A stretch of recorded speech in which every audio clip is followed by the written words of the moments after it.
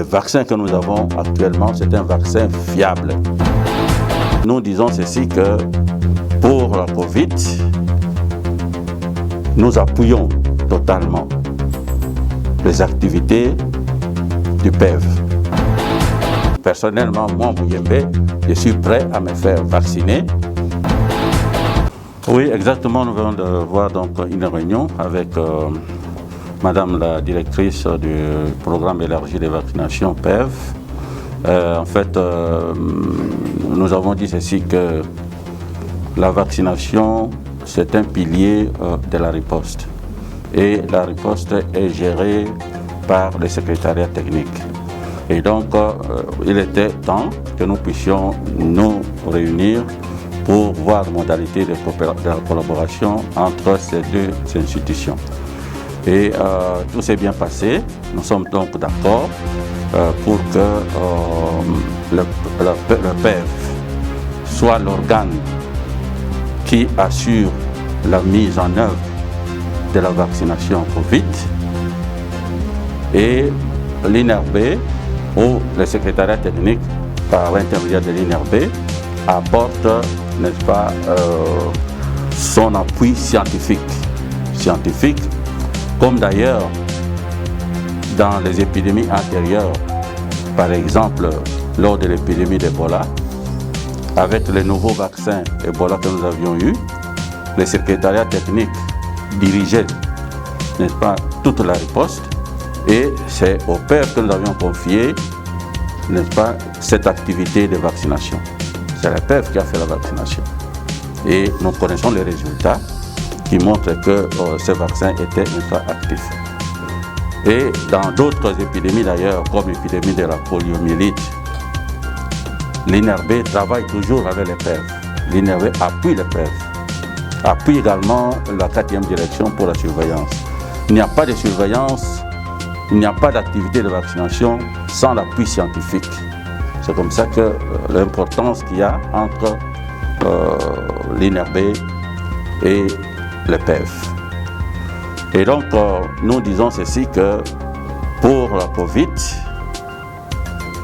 nous appuyons totalement les activités du PEV. Et vous avez vu vous-même, le président de la République s'est rendu au grand dépôt qui se trouve à Kinkole.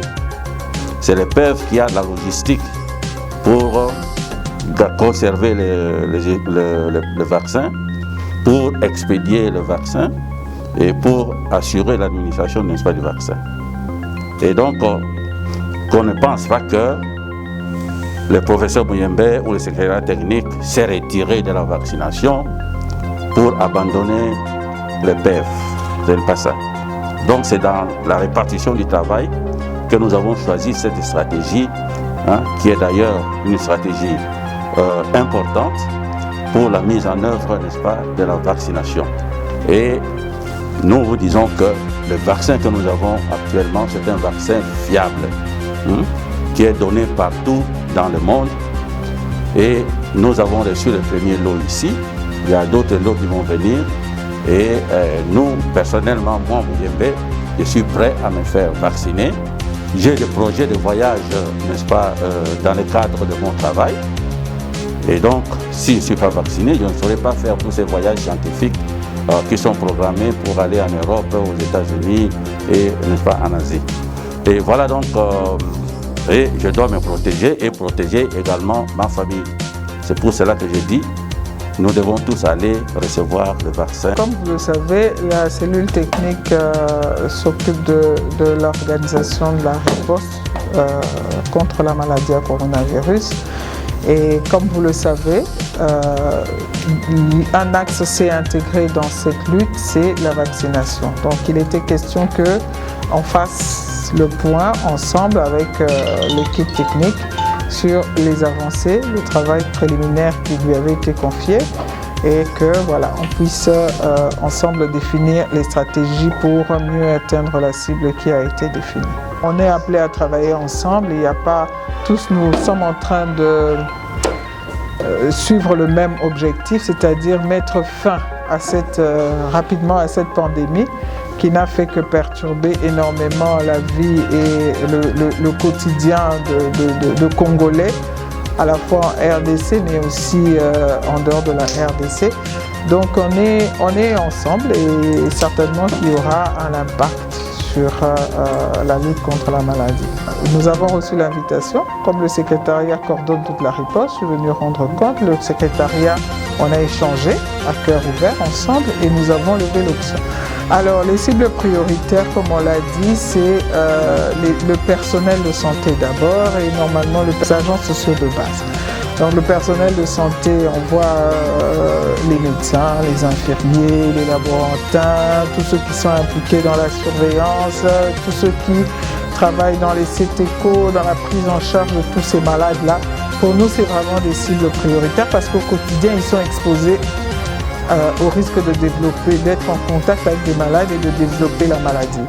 La deuxième cible est représentée par les personnes qui présentent une comorbidité, c'est-à-dire des personnes qui, à côté de leur état ou de l'infection à coronavirus, étaient déjà porteurs d'une infection, d'une maladie qui pouvait ou qui pourrait compliquer la survenue de cette infection par le virus à coronavirus. Et enfin, donc les comorbidités, c'est le type diabète, hypertension artérielle, obésité, etc., etc.